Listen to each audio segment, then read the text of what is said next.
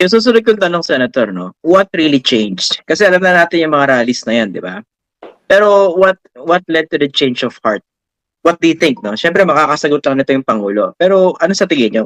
What led to the change of heart? Para umugong ito? O siya ba talaga kumilos niyan? O someone did it for him?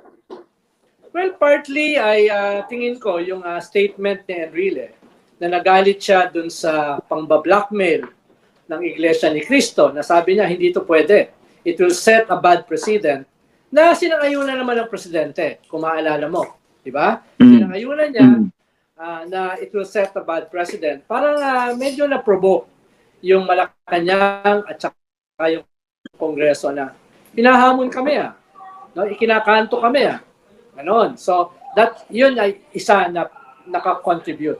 Ikalawa, baka yung mga tao ng presidente nag full court press sa kanya ay yung political annihilation ng mga Marcoses at mga Romualdez ang nakataya rito. Tingin ko nga, baka hindi lang political annihilation, baka pati physical annihilation. So, actually, likely yung pangalawa. Kumbaga nag-scale up yung mga kumukumbinse sa presidente tungkol dyan. No? Tungkol dyan. At ikatlo, yung nangyayari ngayon na narrative na yung gobyerno ang nakasandal sa pader, imbis na yung mga Duterte. Because of the controversies around the budget. Because of the charges of corruption, etc.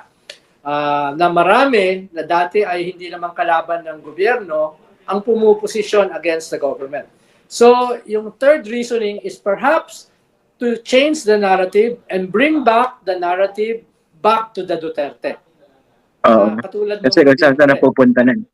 Yes, katulad noong Nobyembre na ang nakakanto, ang nakasandal sa pader ay mga Duterte, pero nung nangyari yung BICAM, nalipat yung narrative against the government. So, tingin ko yun yung ikatlong dahilan.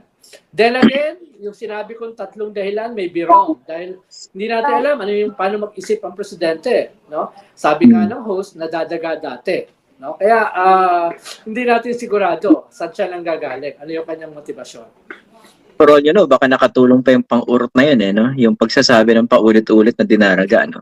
Baka naman nakatusok kahit papaano. Yun yung ika-apat.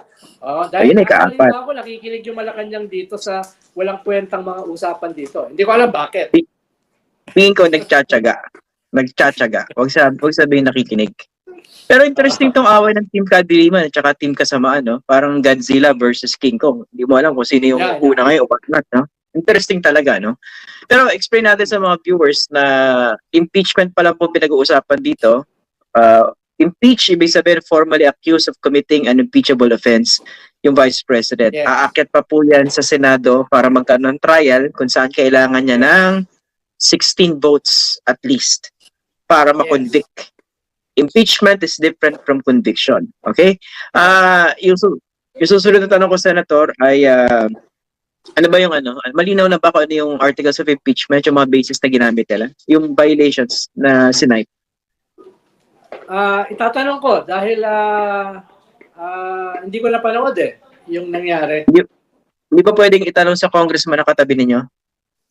Wala nasa session si Percy Okay, sige. Okay.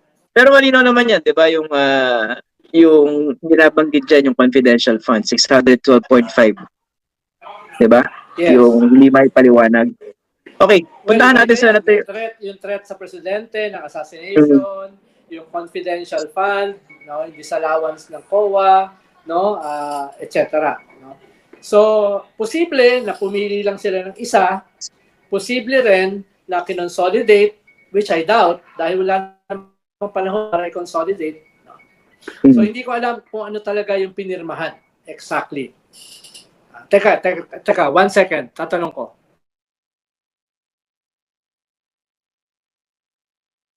Yan po, kausap natin si Senator Edu na wala sa Congress pero may napapagtanungan. Meron daw 4th impeachment na naka-file. Hindi pa yung so yung pang-apat, yun yung balita. So mukhang yung pang-apat ang ginamit na. Yes, na hindi ko pa nababasa. O di, totoo yung ugong nung mga nakarang linggo. Yung fourth impeachment, yun ang magiging basihan. Anyway, hindi na, medyo predictable naman syempre yung basis, no? Pero pag-usapan natin yung prospects of convicting the Vice President sa current Senate.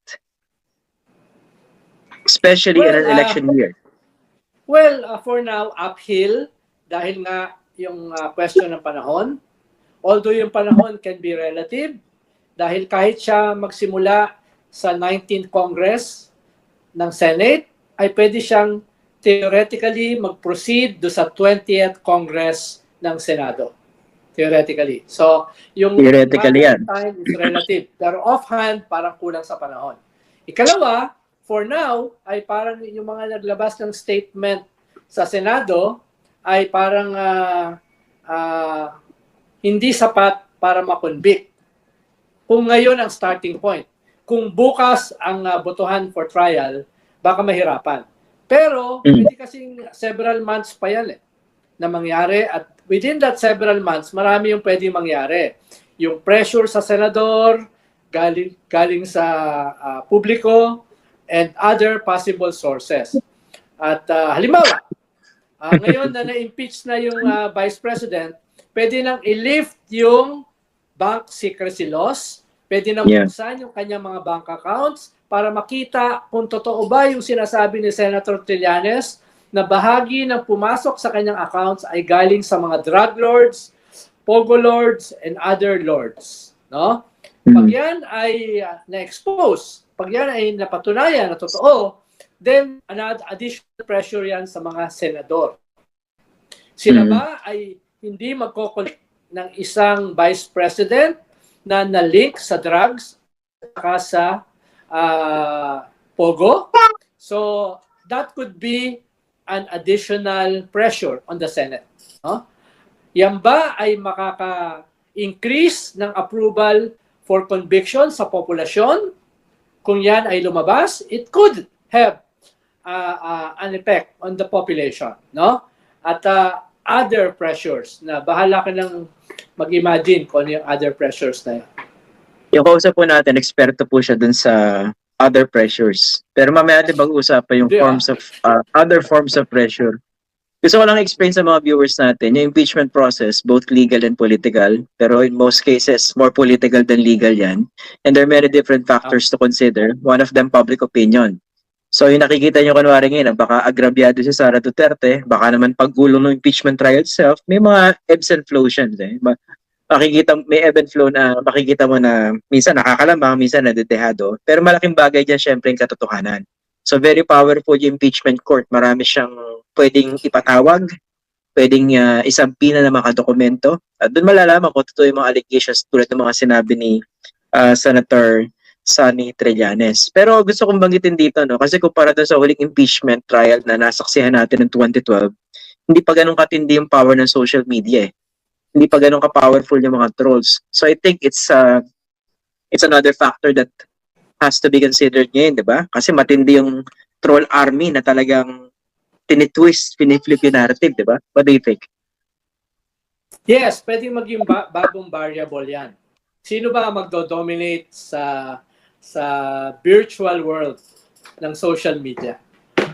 Dahil on one side ay, syempre, TikTok is very influential and TikTok is basically controlled by China and China is supporting the Dutertes. No? So, at the same time,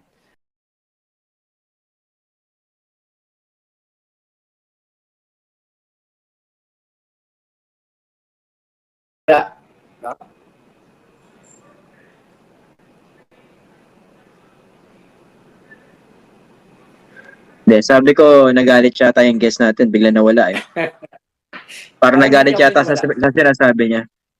Parang hindi ako yung nawala. Anyway, no. Ikaw senator rin nawala. Oh. Go.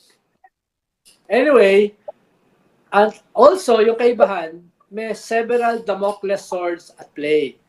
Impeachment is just so kung halimbawa dumating yung ICC, no, before the midterm election or before the end of the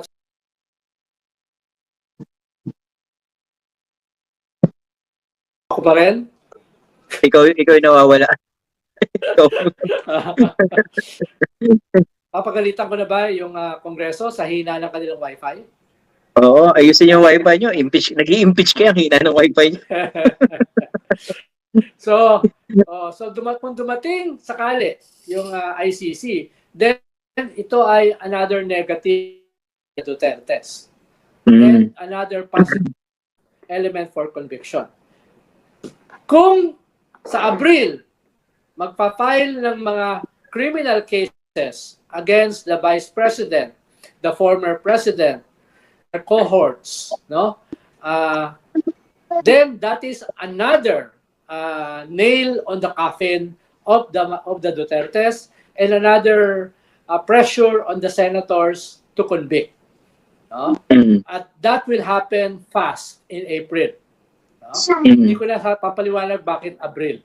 No? Yeah. Bakit Abril. So there are other Damocles swords na at play which can help the impeachment case or the conviction of the Vice President. Okay. Pero dito yung Senado kasi, diba, based on the rules, they have no choice but to proceed right away with the trial, Yes. diba? Kahit election year or campaign season. So, ibig sabihin, maiiba yung complexion ng kampanya. Dahil ito, I suppose, yung magdo-dominate ng public discourse or narrative. Yes. No? Dahil pwede siyang maging positive sa mga senador, pwede siyang maging negative, lalo na doon sa gustong mamangka sa dalawang ilog, no? To eat their cake and have it too.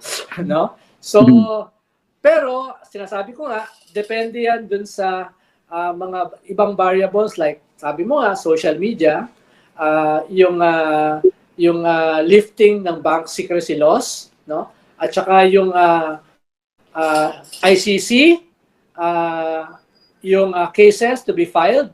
Huwag mong kalimutan, Christian, a plunder case is non-bailable.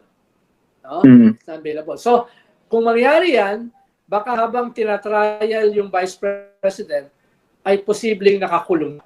Kung may magpa-file ng plunder case laban sa kanya. Dahil kahit hindi pa tapos yung kaso sa plunder case, the very fact na na-file yan ay pwede ka nang hulihin dahil non-bailable yan. So, yun, maraming mangyayari which can affect the trial. No? Which can affect the trial. Pero ang magiging main issue sa trial, legal ba? Constitutional ba? Na kahit siya nagsimula sa 19th Congress ng Senado, ay pwede siyang magpatuloy sa 20th Congress ng Senado. From my limited, unlearned vantage point, posible. Pwede. Dahil wala naman nakalagay sa konstitusyon na bawal yun. Pero sino ba naman ako? Ang nakausap ko dyan recently si Justice Tony Carpio. He is of the belief na napuputol, walang continuity.